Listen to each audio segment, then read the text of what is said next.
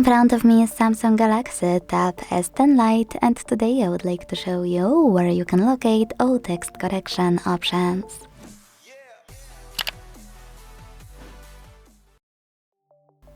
Text correction options on Samsung devices are really easy to find in comparison to other smartphones or tablets.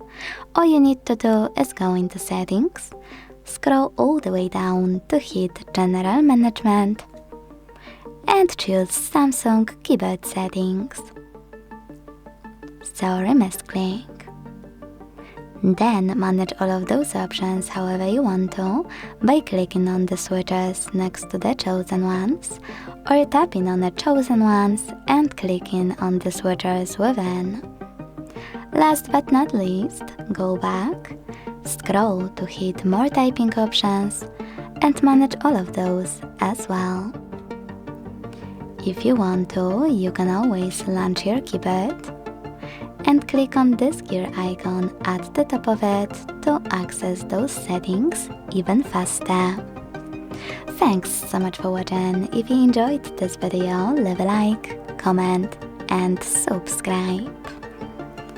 Bye!